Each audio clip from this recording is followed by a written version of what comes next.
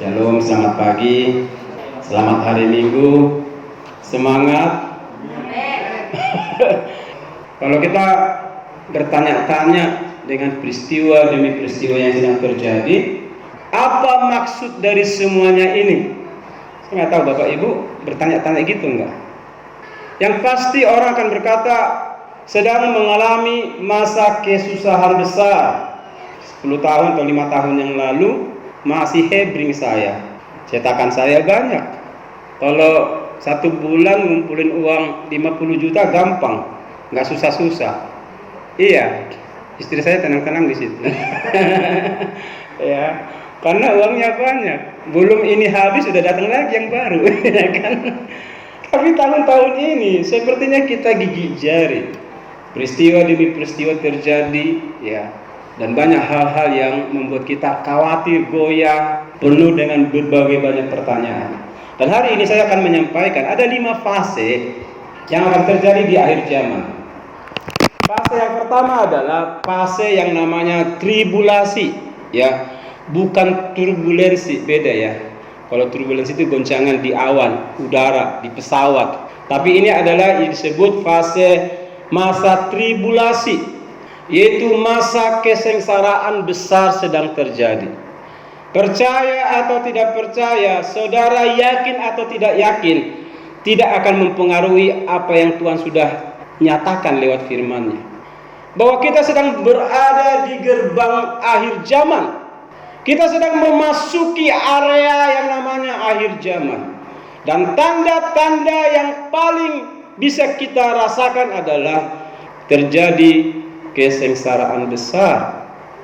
Kita akan melihat satu ayat. Kita baca dulu Wahyu pasal 7 ayat 14. Kalau sudah ketemu kita akan baca bersama-sama. Demikian firman Tuhan. 1, 2, 3. Iya, maka kataku kepadanya, Tuanku, Tuhan mengetahuinya.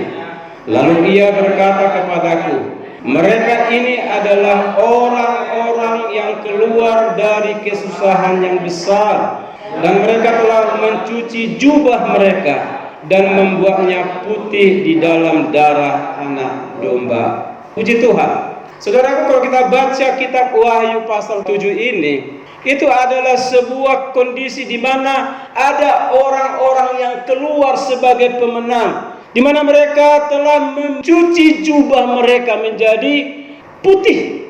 Jadi gerbang pertama, langkah yang pertama yang akan terjadi di akhir zaman adalah kesukaran besar. Dunia akan bergoncang, ekonomi akan mengalami perubahan yang luar biasa. Yang tadinya kaya raya bisa tiba-tiba jadi paling miskin, tapi juga bisa orang miskin tiba-tiba jadi kaya. Saudara pilih yang mana? Kalau saudara dipilih, oh saya dari biasa orang bawah, tiba-tiba Tuhan angkat saudara tinggi sekali. Perubahan status luar biasa. Dulu kalau beli sesuatu mikir-mikir, tapi kalau kita lagi diberkati Tuhan, beli sesuatu nggak mikir kan?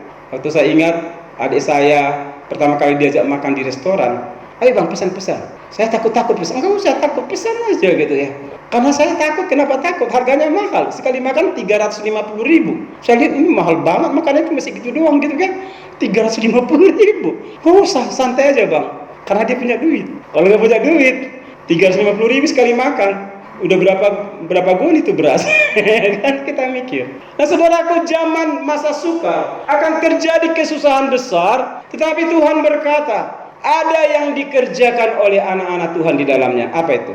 Mencuci jubah supaya putih. Apa maksudnya jubah? Jangan kira jubah itu pakaian kita yang ini, enggak. Jubah putih adalah perbuatan-perbuatan yang benar yang dilakukan oleh orang-orang kudus. Jadi masa sukar atau masa kesengsaraan yang besar, anak-anak Tuhan itu sedang masuk dalam ujian yang sudah ditetapkan Allah. Dengan tujuan apa? Supaya kelihatan, benar nggak engkau anak Tuhan? Benar nggak engkau anak Tuhan yang sungguh-sungguh? Tidak bisa cuma hanya mulut kita berkata, aku anak Tuhan kok. Bahkan sekolah minggu bernyanyi kan, aku anak raja, engkau anak raja, kita semua anak raja. Begitu nyanyinya kan, luar biasa. Orang-orang kagum. Tapi pertanyaannya, bagaimana dengan hidup saudara setiap hari? Bagaimana saudara menghadapi persoalan-persoalan yang ada dalam hidupmu? Perbuatan-perbuatan apa yang kau tunjukkan?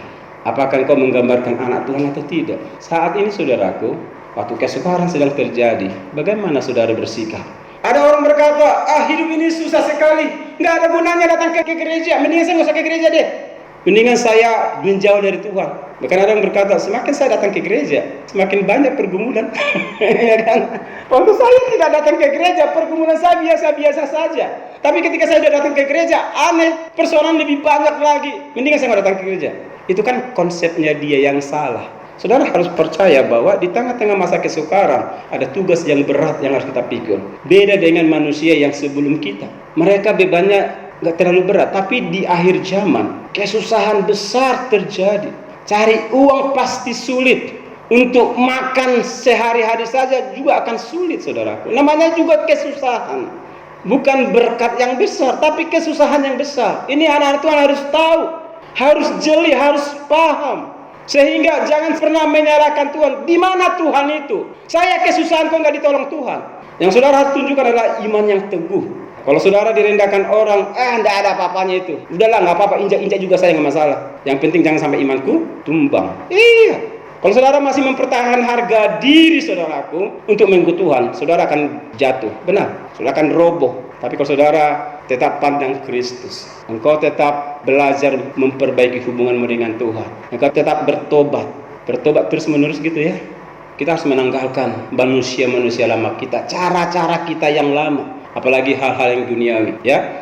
Jadi yang pertama, masa tribulasi adalah masa kesukaran besar. Jadi kalau saudara lagi menghadapi ini, yang kita mau pertahankan adalah jangan sampai imanmu goyah. Amin. Jangan sampai doamu kendor, ibadahmu kendor. Makanya dikatakan seperti 5 gadis yang bijaksana, itulah menjadi pribadimu. Sampai Tuhan datang, yang disiapkan apa? Minyak. Supaya apa? Apinya menyala, pelitanya menyala. Banyak orang pelitanya menyala, minyaknya tinggal sedikit, bentar lagi mitop. Tahu nggak? Selesai gitu loh. Kalau api kita sudah padam, nggak mungkin kita bisa beribadah sungguh-sungguh kepada Allah. Di akhir zaman itu akan terjadi, di mana terjadi kesukaran besar. Saudara mengalami masa-masa yang sulit ini hari-hari ini? Ya, mengalami ya. Kami juga mengalami. Jonathan kemarin sudah masuk di Trisakti. Kita baru bayar DP. Akhir bulan ini harus bayar, saudaraku. Dan terakhir tanggal 10 harus bayar. Sudah memutar otak, udah diperas-peras otaknya, belum ketemu jalan keluar. Masa mengalami kesukaran besar. Saya katakan, kalau engkau percaya Job, engkau pasti Tuhan tolong. Amin. Di tengah-tengah kesukaran besar, imanmu sangat menentukan. Pakailah imanmu. Engkau punya Tuhan yang dahsyat. Tergantung imanmu. Kalau engkau percaya janji Tuhan, kau akan mengalami mujizat. Kalau tidak, ya sudah. Kemarin kampus nagih, Pak, harus dibayar lunas semua semester ini. Saya bilang belum punya uang. Ada biasa yang sponsor saya juga, dia nggak punya uang.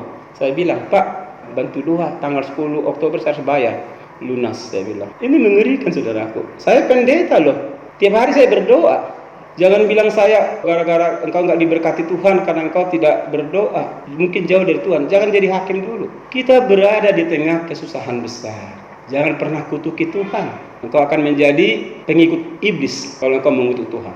Iblis akan sebentar lagi akan dibinasakan kok. Tapi kita adalah anak-anaknya. Kita akan melihat, kita akan menunjukkan kualitas iman. Maka perhatianmu jangan tertuju selalu kepada berkat. Kadang bisa kita diberkati Tuhan, kadang juga tidak. Itu haknya Tuhan. Kalau kita tidak diberkati, apakah kita juga meninggalkan Tuhan? Saya katakan di masa yang sukar ini, akan kita temukan ada banyak doa mungkin tidak dijawab Tuhan. Bukan Tuhan tidak sayang. Tuhan melihat imanmu. Adakah iman di bumi ini atau tidak? Tetap percaya akan Tuhan atau tidak? Atau kau mulai meninggalkan Tuhan? Mulai hatimu apatis. Dunia ini akan menjadi daya tarik bagi tubuh kita. Kita akan menyenangi semua yang namanya kebiasaan-kebiasaan dunia. Dosa yang menjerat kita selama ini akan tumbuh subur dalam diri kita. Dan kita tidak akan pernah bersalah. Katakan, iblis membutakan hati dan pikiran kita supaya kita menjauh dari Tuhan. Supaya apa? Supaya keselamatan yang dari Tuhan itu lepas. Tetapi bagi kita hari ini, dengar firman Tuhan. Bahwa masa tribulasi, masa kesukaran besar sedang melanda dunia. Bukan cuma Indonesia, bukan cuma Kampung Rawa, seluruh dunia. Kemarin saya mengikuti seminar, ada pembicara kami dari Kanada. Di Kanada itu dia bilang tidak ada tikus, nggak ada binatang-binatang yang bau-bau gitu, karena di sana tuh dingin. Kalau lagi musim dingin bisa di bawah sampai minus 15 derajat Celcius, saking dinginnya. Dan di sana ada gereja mereka tidak diperbolehkan untuk beribadah, tapi semua jemaat datang beribadah. Tapi nggak boleh masuk. Dari pemerintah sudah diblokir itu gereja. Akhirnya pendeta ini berdoa, Tuhan, apa yang harus kulakukan?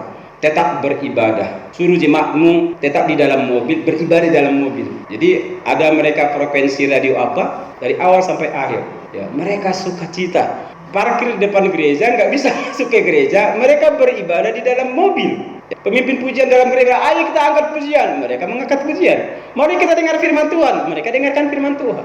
Mereka tidak menyerah dengan kondisi, amin. Perjuangan kita untuk datang ke gereja sulit nggak sih hari-hari ini? Tinggal selangkah ya. Beruntung loh kita. Di tempat lain, masih di Indonesia, masih di daerah wilayah Jakarta, banyak gereja tidak diperbolehkan beribadah. Kami saya katakan, manfaatkan kemurahan Tuhan yang ada hari-hari ini dan untuk menunjukkan imanmu. Iman itu yang harus kita perlihatkan. Saya sedang berusaha memperjuangkan diri, walau nggak ada uang dengan ada uang sama, saya senyum. Orang bingung. Ini orang ada duitnya atau tidak ada, gimana sih? Nggak bisa bedain gitu. Saya lagi ada banyak uang, saya biasa-biasa aja, ya nggak kelihatan. Karena saya berpatokan adalah Tuhan yang pelihara. Tuhan yang menjadikan segala sesuatu. Biaya kuliah saya, anak saya, semua kebutuhan kami, Tuhan yang kami andalkan. Tuhan yang memberikan jalan keluar. Dan saya yakin, yang penting hubungan saya dengan Tuhan baik. Amin. Saya jaga hidup saya benar di mata Tuhan. Kalau ada salah-salah sedikit, langsung insaf, ya kan?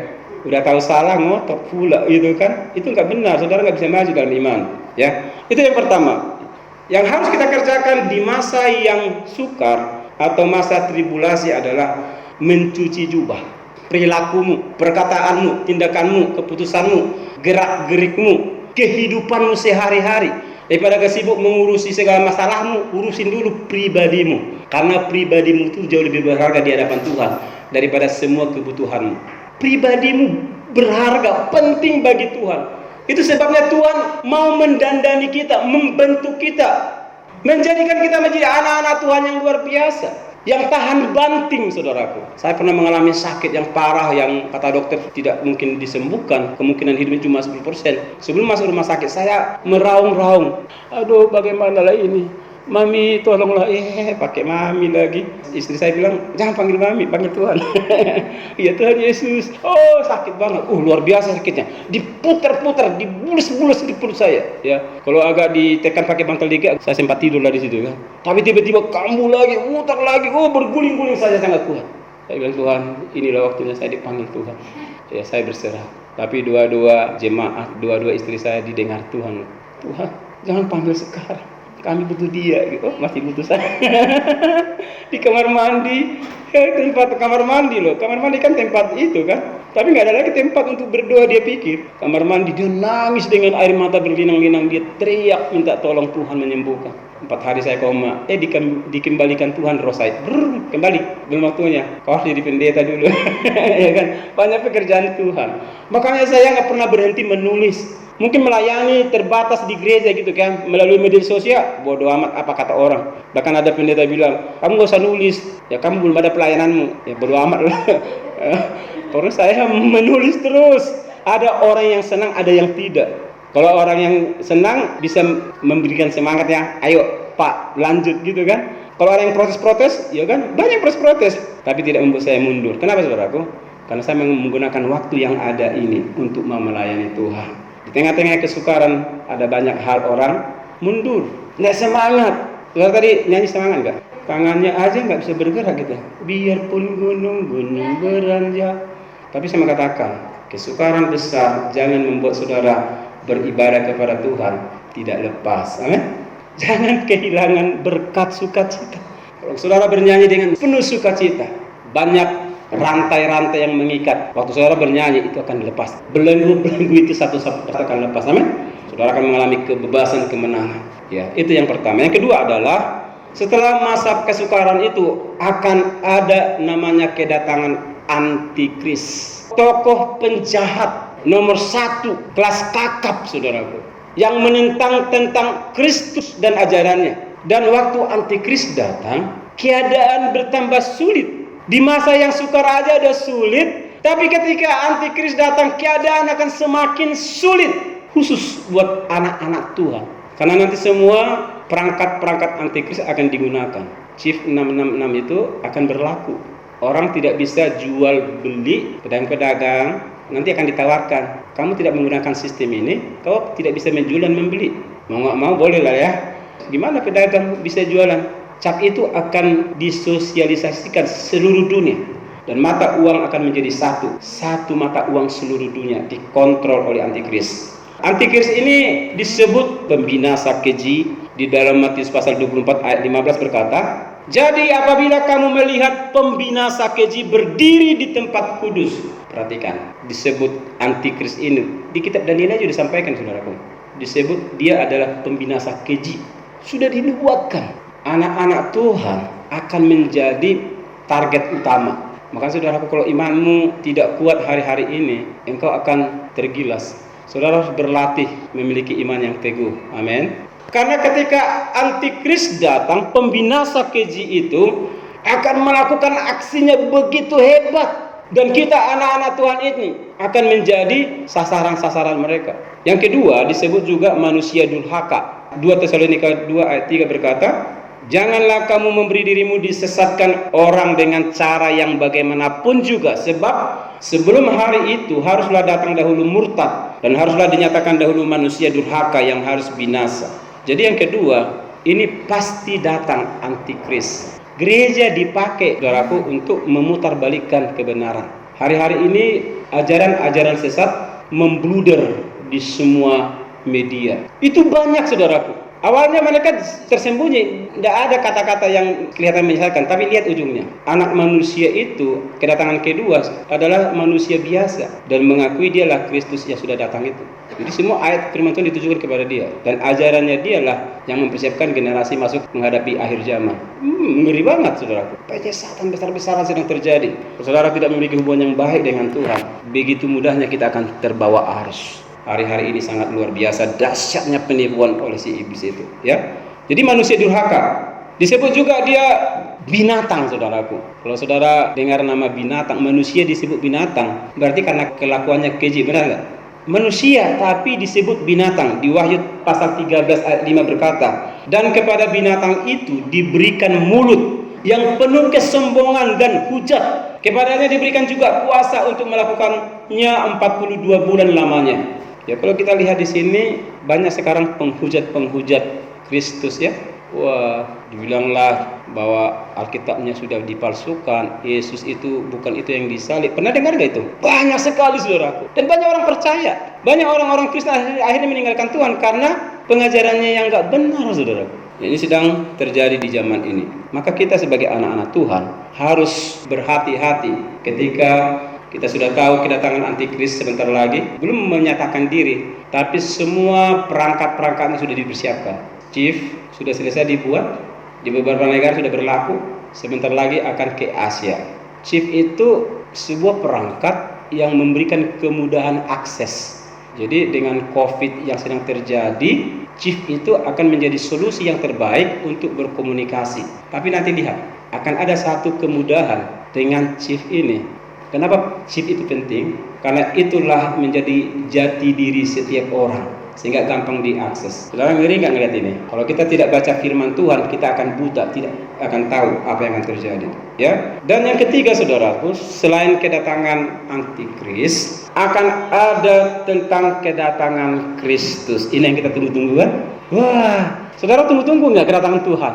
Waktu masa kesukaran sedang melanda dunia ini, hanya ada penantian yang kita tunggu-tunggu, satu hal ini, yaitu kedatangan Kristus. Ternyata dalam perjanjian lama juga sudah dinubuatkan. Di kitab Daniel pasal 7 ayat 13 sampai 14 berkata, aku terus melihat dalam penglihatan malam itu, tampak datang dengan awan-awan dari langit, seorang seperti anak manusia. Datanglah ia kepada yang lanjut usianya itu, dan dibawanya ke hadapannya, lalu diberikan kepadanya kekuasaan dan kemuliaan dan kekuasaan sebagai raja. Maka orang-orang dari segala bangsa, suku bangsa dan bahasa mengabdi kepadanya. Kekuasaannya ialah kekuasaan yang kekal, yang tidak akan lenyap, dan kerajaannya ialah kerajaan yang tidak akan musnah. Daniel di dalam perjanjian lama sebelum Yesus Kristus datang ke dunia ini, dia sudah mendapat penglihatan. Dan apa yang dia lihat? Bahwa anak manusia ada di awan-awan, akan datang sebagai raja. Jadi apa yang dinubuatkan dalam perjanjian lama, maka itu akan dibuktikan, digenapkan di dalam perjanjian baru. Siapa yang disebut anak manusia? Di dalam perjanjian baru, Matius pasal 16 ayat 27 berkata, langsung awalnya itu disebut, sebab anak manusia akan datang dalam kemuliaan Bapanya, diiringi malaikat-malaikatnya pada waktu itu. Ia akan membalas setiap orang menurut perbuatannya. Jadi apa yang dinubuatkan telah digenapi di dalam perjanjian baru. Anak manusia itu datang dalam kemuliaannya. Tentang kedatangan Yesus, saudaraku, Tuhan akan datang setelah dia menyediakan tempat. Amin. Waktu Yesus naik ke surga, apa yang dibilang? Aku akan pergi kepada Bapa dan aku akan menyediakan tempat bagimu. Bayangkan saja manusia di dunia ini berapa banyak, berapa miliar, nggak tahu ya kan, dari dulu. Tapi Yesus pergi ke surga untuk menyediakan tempat, termasuk juga tempat kita, kapling kita, saudaraku. Saudara yakin di surga ada rumah Bapa bagimu? Saudara percaya? Kok ragu-ragu? Yakin, percaya saudaraku. Yesus berkata, aku sudah menyediakan tempat bagimu. Setelah itu dia akan datang ke dunia ini, datang kedua kalinya untuk menjemput orang percaya. Terus apa lagi yang bisa kita lihat tentang kedatangan Kristus? Waktu kedatangan Tuhan, setiap mata akan melihat. Kita bisa lihat kedatangannya. Memungkinkan nggak itu? Dengan teknologi yang sekarang, kalau Yesus ada di awan-awan dengan seluruh malaikatnya, disorot satelit, video, baru dimasukin ke media, di televisi, dengan berbagai banyak fasilitas yang ada sekarang, maka setiap mata di dunia ini akan melihat. Wahyu pasal 1 ayat 7 berkata, lihatlah, ia datang dengan awan-awan dan setiap mata akan melihat dia, juga mereka yang telah menikam dia, dan semua bangsa di bumi akan meratapi dia. Ya, amin. Yang meratapi ini siapa? Orang yang tidak percaya itu. Mereka menyesal. Benar ternyata ya, dulu kita tidak percaya bahwa Yesus itu akan datang kedua kalinya menjemput umat percaya. Tapi ketika disorot seluruh dunia, media-media sibuk, ya kan, menyajikan kehadiran Kristus di awan-awan dengan tentara malaikatnya, ya kan? Orang-orang pada sibuk merekam segala macam. Tapi bagi kita, anak-anak Tuhan, tidak perlu sibuk, karena kita sebentar lagi waktu Tuhan ada di awan-awan, kita dijemput. Amen? Kita dijemput, saudaraku. Setelah Yesus ada di awan-awan, maka tibalah saatnya yang disebut kebangkitan orang percaya. Kebangkitan orang percaya. Bagaimana dong? Orang percaya sudah mati, bangkit nggak mereka? Bangkit. Yang hidup, bangkit juga. Mari kita lihat ayatnya. 1 Tesalonika 4 ayat 16 sampai 17 berkata demikian. Saudara dengar. Sebab pada waktu tanda diberi, yaitu pada waktu penghulu malaikat berseru dan sangkakala Allah berbunyi, maka Tuhan sendiri akan turun dari sorga, dan mereka yang mati dalam Kristus akan lebih dahulu dibangkitkan. Sampai di situ dulu ya. Orang yang mati di dalam Kristus akan dibangkitkan, diubah tubuh yang sudah busuk jadi tubuh kemuliaan. Mereka akan terlebih dahulu naik di awan-awan bersama dengan Tuhan. Bapak Gembala kita yang sudah dipanggil Tuhan akan dibangkitkan terlebih dahulu. Itu adalah sebuah pertemuan yang paling indah, masa yang paling ditunggu-tunggu orang-orang percaya bersama-sama dengan Tuhan di awan-awan permai. Bayangkan kita disambut dengan miliaran malaikat dengan trompet sangkakala. Mama Tania kita lagi naik ke atas, gitu kan? Wah, dengan menggunakan tubuh keluar, gitu ya. Semua malaikat tepuk tangan. Apa yang dilakukan Ibu Tania, pelayananmu tidak sia-sia. Engkau dicemooh orang di bumi, engkau diabaikan, tapi jerih payahmu tidak sia-sia. Semua malaikat menyambut bersama-sama dengan Tuhan. Makanya saya harus perlu menjaga hidup saya, amin. Jaga kekudusan. Jaga hidupmu benar di mata Allah. Supaya engkau ketika trompet sangkakala itu dibunyikan, Yesus ada di awan-awan, saudara diubah Tuhan sekejap, naik ke surga. Ada yang diangkat, ada yang tidak. Benar saudaraku, ada yang diangkat, ada yang tidak. Dan yang tidak diangkat, mereka akan menjadi bagian dari kerajaan si jahat. Mereka harus terima semua konsekuensi. Mereka akan menjadi berhati jahat. Tetapi juga ada yang diselamatkan, dirampas dari api. Ada juga yang bertahan. Bagi yang bertahan sampai kesudahannya, dibunuh, gak apa-apa, yang penting selamat gitu kan. Jadi yang tidak terangkat, ada nggak yang selamat? Ada, tapi nggak banyak. Yang rela mati demi nama Yesus, dia akan selamat, ya. Jadi saudaraku, kebangkitan orang percaya itu penting. Ya, masih pasal 6 ayat 17. Sesudah itu kita yang hidup, yang masih tinggal, akan diangkat bersama-sama dengan mereka dalam awan menyongsong Tuhan di angkasa. Demikianlah kita akan selama-lamanya bersama-sama dengan Tuhan. Oh, indah sekali. Semua kesusahanmu, semua penderitaanmu karena Kristus di muka bumi ini tidak ada artinya dengan kemuliaan yang akan Tuhan beri. Amin.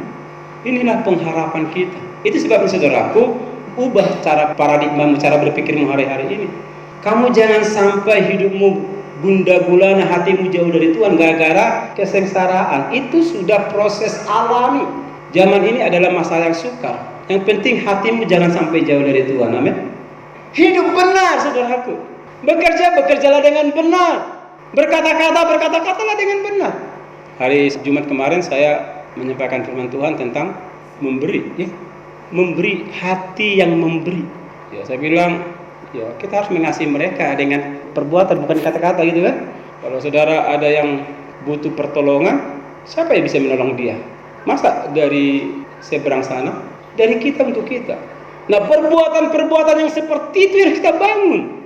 Kita harus berbeda dengan dunia ini, amin. Saudara harus menjadi anak Tuhan. Walaupun di tengah kesengsaraan yang sangat besar, saudara tidak menjadikan hidupmu jauh dari Tuhan. Bahkan hidupmu harus melakukan apa yang benar di mata Allah. Ya, jadi orang-orang benar yang sudah mati pun dibangkitkan Tuhan. Nanti kita ketemu dengan orang-orang yang sudah meninggal. Mama saya, bapak saya akan lihat, bapak, mama ada di sini bareng kita ya. Kalau lagi kangen sama orang tua kita bisa peluk dia. Aku kangen pak, boleh nggak sih? Boleh aja. Ada banyak keindahan yang terjadi waktu kita ada di awan-awan bersama dengan Tuhan. Dan yang kelima adalah ada fase yang disebut dengan pengadilan orang percaya. Jadi fase pengadilan ini terlebih dahulu yang diadili siapa? Orang percaya. Ngapain orang percaya diadili? Ada beberapa penafsir berkata pengadilan orang percaya ini tidak mengadili tentang dia masuk surga atau masuk neraka. Yang pasti orang percaya masuk surga. Tapi yang diadili tentang apa? Tentang upah. Karena ada orang tanpa mahkota, tapi juga ada orang penuh mahkota. Ada upah. Jadi saudaraku yang berjuang keras dalam pekerjaan Tuhan akan menerima upah mahkota. Ada orang nggak bikin apa-apa, cuma masuk surga doang. Udahlah masuk surga, penting udah masuk surga gitu kan. Nggak ada mahkota. Tapi dalam kerajaan Allah, mahkota menentukan apakah saudara ikut memerintah atau tidak dengan Tuhan. Di dalam 2 Korintus pasal 5 ayat 10 berkata, setelah kita semua harus menghadap tahta pengadilan Kristus, supaya setiap orang memperoleh apa yang patut diterimanya sesuai dengan yang dilakukannya dalam hidupnya ini, baik ataupun yang jahat. Jadi kita harus bertanggungjawabkan saudaraku. Kita harus mempertanggungjawabkan apa yang kita lakukan. Saya mau kasih tahu kepada saudara bahwa jauh lebih penting tubuh rohaniahmu daripada tubuh jasmaniahmu. Bolehkah kita lebih mengasihi tubuh rohaniah daripada tubuh jasmaniah? Karena tubuh jasmania itu sesaat, tetapi tubuh rohania itu untuk kekekalan. Ada orang kita harus seimbang lah, 50-50 gitu kan. Tapi ada orang mana dasar Alkitabnya gitu loh. Ya kan, saya ngeri juga. Kalau kita mau membahas secara teologi, secara akademis, oke, kita berdebat boleh. Maksud saya bukan untuk mempermalukan. Karena saya sudah siap dengan dasar-dasar Alkitabnya. Saya tidak mungkin menyampaikan sesuatu tanpa pengkajian. Jadi semua tulisan-tulisan saya bisa bertanggungjawabkan. Tapi kalau orang mempertanyakan tentang dasar-dasar firman Tuhannya, saya siap. Saya bilang ini hanya perenungan. Jadi saudaraku, yang kelima ini ada pengadilan orang-orang percaya. Itu sebabnya yang melayani Tuhan sungguh-sungguh ya. Kalau dibilang latihan, datanglah latihan. Ya, mungkin dari gereja nggak ada amplopnya, Tuhan Yesus kasih amplop kok. Amin. Minimal kebutuhanmu pasti Tuhan pelihara, pekerjaanmu diberkati Tuhan. Dan yang paling besar adalah engkau punya mahkota. Nanti di surga nanti lihat, Ucap pakai mahkota keren loh, ya kan? Karena dia setia melayani. Stephen pakai mahkota toh, iya kan? Yang lainnya nggak ada mahkota, gersang. Tapi Stephen pakai mahkota. Yeah. Kenapa ya kok Stephen pakai mahkota, aku enggak? Ya iyalah, orang dia melayani. Ya. Dia pemain musik di sini. Maka saudaraku kalau mau ambil bagian dalam pelayanan Tuhan, sungguh-sungguh saudaraku. Mungkin saudara menganggap itu biasa-biasalah. Tuhan catat semua yang baik yang kau lakukan, tidak ada yang sia-sia. Di mata Tuhan itu berharga dan upahmu disediakan Tuhan. Makanya saya mau dorong di jemaat GPD Maranatha berlomba-lomba melayani Tuhan. Melayani tidak harus di mimbar, amin. Karena di belakang layar nggak kelihatan, tapi apa yang dilakukan berdampak. Kalau saudara menjadi pendua syafaat bagi gereja GPD Maranatha, kan nggak kelihatan. Tapi berapa ember air matamu berdoa buat jiwa-jiwa. Engkau datang dengan hati hancur, Tuhan. Banyak jemaat Maranatha Tuhan yang tidak hadir. Kami berdoa, sebutkan namanya satu-satu. Berdoa buat ini, buat ini, buat ini. Tuhan tolong. Saya rindu minggu depan dia hadir. Supaya berkat Tuhan tercurah bagi dia. Supaya dia jangan terhilang. Gak banyak orang berdoa buat jiwa-jiwa kan? Kalau saudara menjadi pendoa, ada upahmu. Amin. Engkau akan menerima mahkota. Luar biasa saudaraku. Jadi, kalau kita sudah tahu apa yang akan terjadi di akhir zaman, bagaimana kita harus menyikapi hidup? Apa yang harus kita lakukan? Yang harus kita lakukan adalah hidup saleh, kudus dan benar. Itu yang harus kita kejar. Sebagai ayat penutup saya akan bacakan dalam 2 Petrus pasal 3 ayat 9 sampai 11 berkata, Tuhan tidak lalai menepati janjinya, sekalipun ada orang yang menganggapnya sebagai kelalaian, tetapi ia sabar terhadap kamu, karena ia menghendaki supaya jangan ada yang binasa, melainkan supaya semua orang berbalik dan bertobat. Tetapi hari Tuhan akan tiba seperti pencuri. Pada hari itu langit akan lenyap dengan gemuruh yang dahsyat, dan unsur-unsur dunia akan hangus dalam nyala api, dan bumi dan segala yang ada di atasnya akan hilang lenyap. Jadi jika segala sesuatu ini akan hancur secara demikian, garis bawah ayat yang terakhir, betapa suci dan salehnya kamu harus hidup. Akhir zaman, kehancuran dunia ini sebentar lagi sudah di depan mata. Kalau kita sudah tahu ini, bukankah kita harus suci hidupnya, saleh hidupnya, dan tidak bermain-main? Supaya apa saudaraku? Supaya saudara menjadi pewaris tahta kerajaan surga, supaya saudara ikut naik di dalam masa rapture, pengangkatan itu. Waktu Yesus ada di awan-awan, saudara ikut terpanggil. Karena itulah kebahagiaan orang-orang percaya. Kiranya firman Tuhan ini memberkati saudara.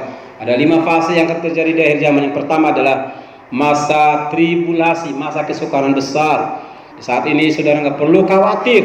Walaupun masalahmu bertumpuk-tumpuk, serahkanlah kekhawatiranmu kepada Allah. Tuhan akan memberikan jalan keluar. Yang kedua, akan ada datang antikris yang jahat hatinya, yang menentang ajaran Kristus. Dan sekarang itu sudah banyak di media.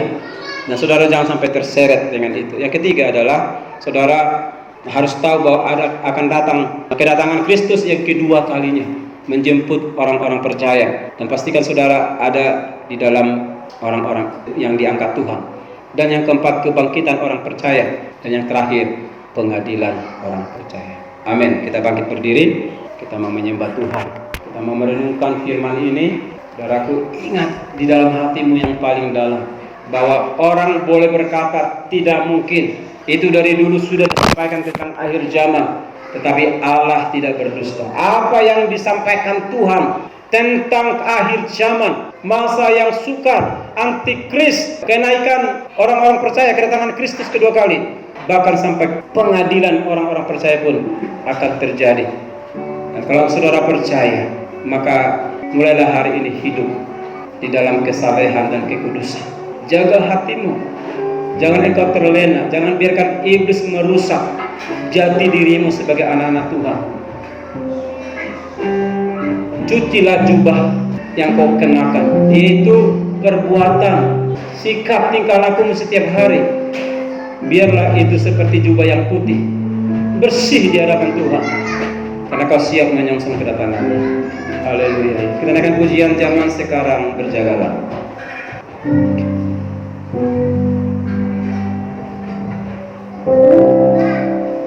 Bapa di sorga, zaman ini sedang memberikan tanda-tanda tentang kedatangan Kristus, tentang akhir zaman.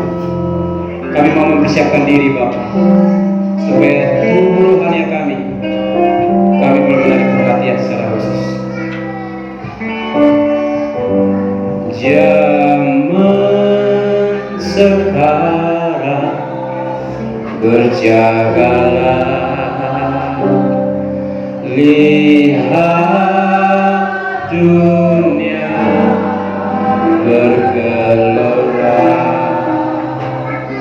kedengaran sana sini banyak kabar menggemparkan. Berlindunglah pada sabda. Katakan sungguh zaman sekarang kali. Zaman sekarang, berjagalah. Haleluya, Roh Kudus.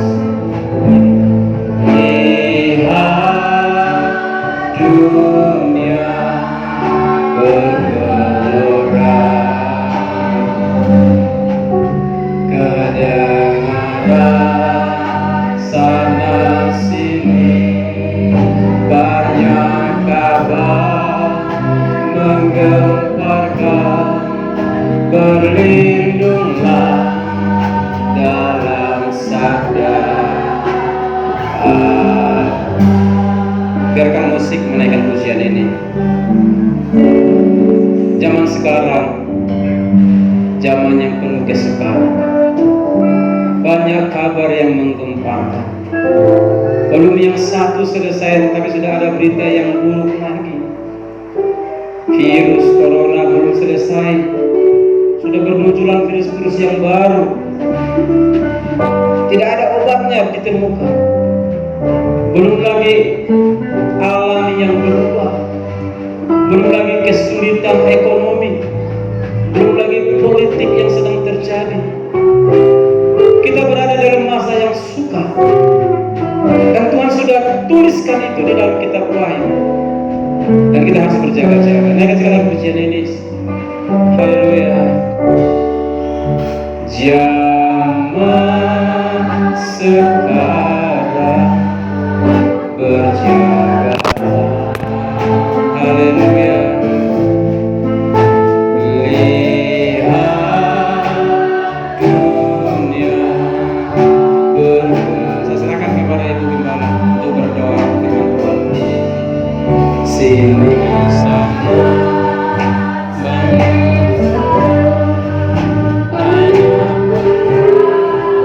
menggemparkan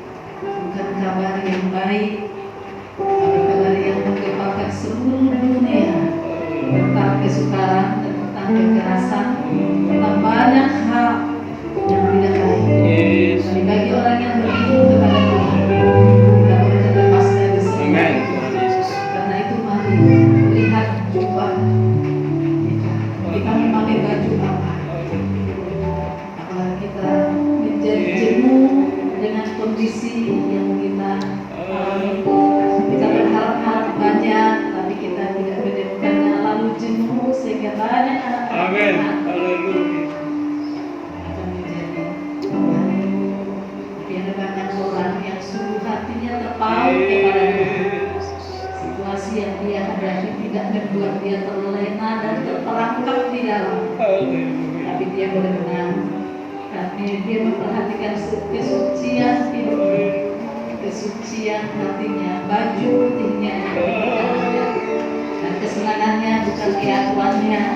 Kesenangannya adalah kesenangan Tuhan, melihat dari sudut pandangnya Tuhan, bergaul kepada Tuhan, sehingga melihat hal-hal yang disuarakan oleh Tuhan melalui ibadah, melalui alam semesta. Tuhan berbicara, tapi siapa yang mendengar dan boleh merenungkan diri, itulah yang akan kita sudah banyak berbuat di dalam pekerjaan Tuhan. Kiranya setiap orang tidak menjadi jenuh lalu teratur, tapi boleh naik melangkah selangkah demi selangkah sampai akhirnya kita bertemu Tuhan juga. Saya percaya apapun kondisi yang kita alami, kalau kita boleh terpaut dengan Tuhan, hal seburuk apapun yang kita alami itu tidak akan membuat kita mundur, karena ada kekuatan baru yang Tuhan berikan. Dan setiap orang yang mau hidupnya dipakai oleh Tuhan. Jadi kita semua yang hadir di sini dengan suara Tuhan dan boleh menyucikan diri kita, boleh menjadi teladan di dalam kehidupan kita, dengan laku kita, kesucian kita, dan di dalam segala hal. Karena kemuliaan Tuhan. Terima kasih Tuhan. Firman-Mu sudah diperdengarkan, bahkan mungkin bukan yang pertama kali, tapi karena Engkau sayang kepada kami, Engkau Tuhan yang peduli dengan kami, mendengarkan suara-Mu supaya kami boleh tetap menjadi anak-anak Tuhan dan semakin dewasa dalam mengiring Engkau. Kami percaya setiap jerih lelah kami akan mendapat balasan dari Tuhan. Biar setiap kami boleh diberkati oleh Tuhan. Nama Tuhan Yesus berdoa dan mengucap syukur. Haleluya. Amin. Kita akan bawa persembahan kita ke depan dengan lagu Tiap Langkah Kuliah.